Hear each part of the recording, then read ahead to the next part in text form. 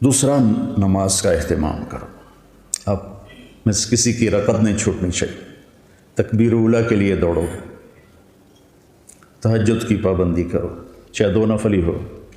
نہیں آنکھ کھلتی تو سونے سے پہلے پڑھ لو کچھ. 1985 سے اب تک اب یہ بیماری کے دن نکال دو، میری تلاوت قرآن نہیں چھوٹی، میرا ذکر نہیں چھوٹا. اور 1992 سے آج تک میری تہجد نہیں چھوٹی. یا اب کچھ ایام جو بیماری کے آئے تو اس میں تو میں فرض نماز بھی نہیں پڑھ سکتا تھا مشکل سے. تو بیٹا اللہ کے سامنے رات کو اٹھنا بڑا قیمتی ہے، بہت فائدہ ہوتا. عبادت ہماری بیس بنیاد ہے، یہ نہیں کمزور ہونی چاہیے. تو اس میں اللہ تعالیٰ آپ کو ہمت دے، توفیق دے.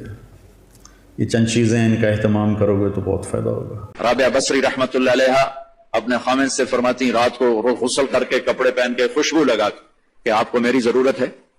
اگر وہ کہتے نہیں تو پھر کہتی مجھے اجازت ہے میں اپنے اللہ سے بات کر لوں؟ کہنے کہ ہاں اجازت ہے. پھر ساری رات سجدے میں گزر جاتی تھی اور نفلوں میں گزر جاتی تھی اور رونے دھونے میں گزر جاتی تھی.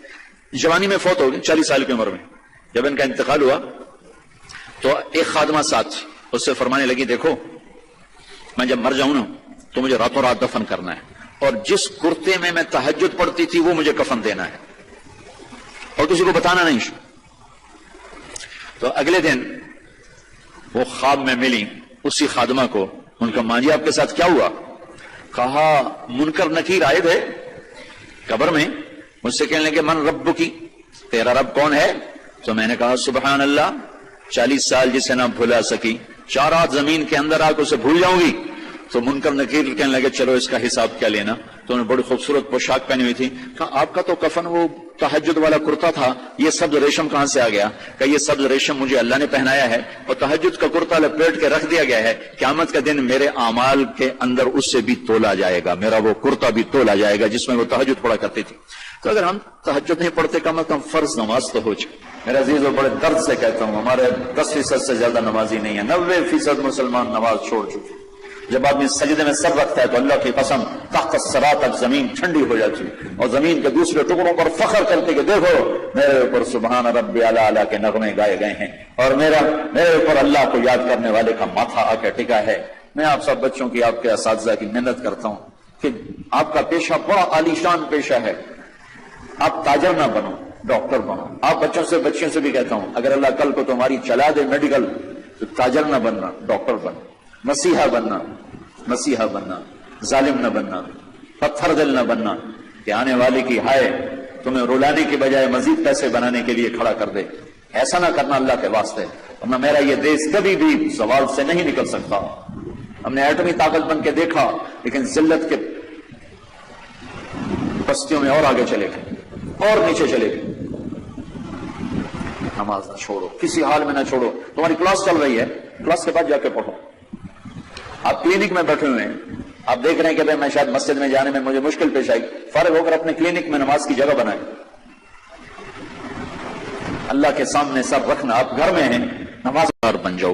اللہ سے جڑنے کا ذریعہ ہے اس کی بندگی اور اطاعت اور اس کے فرائض کا ادا کرنا. اس کے فرائض میں نماز سر فہرست ہے.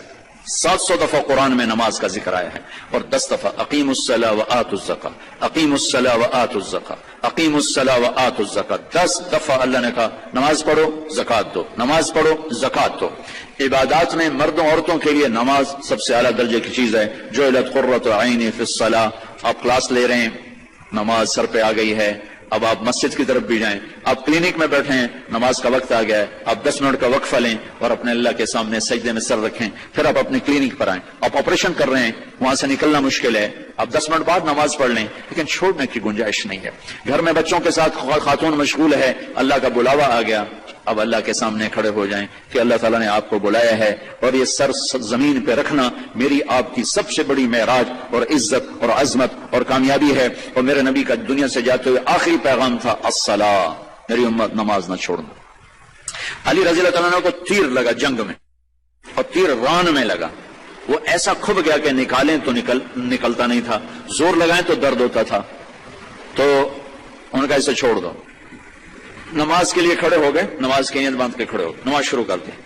تو انہوں نے نماز کے دوران تیر نکالا تو ان کے جسم میں اتنی جنبش بھی نہیں ہوئی.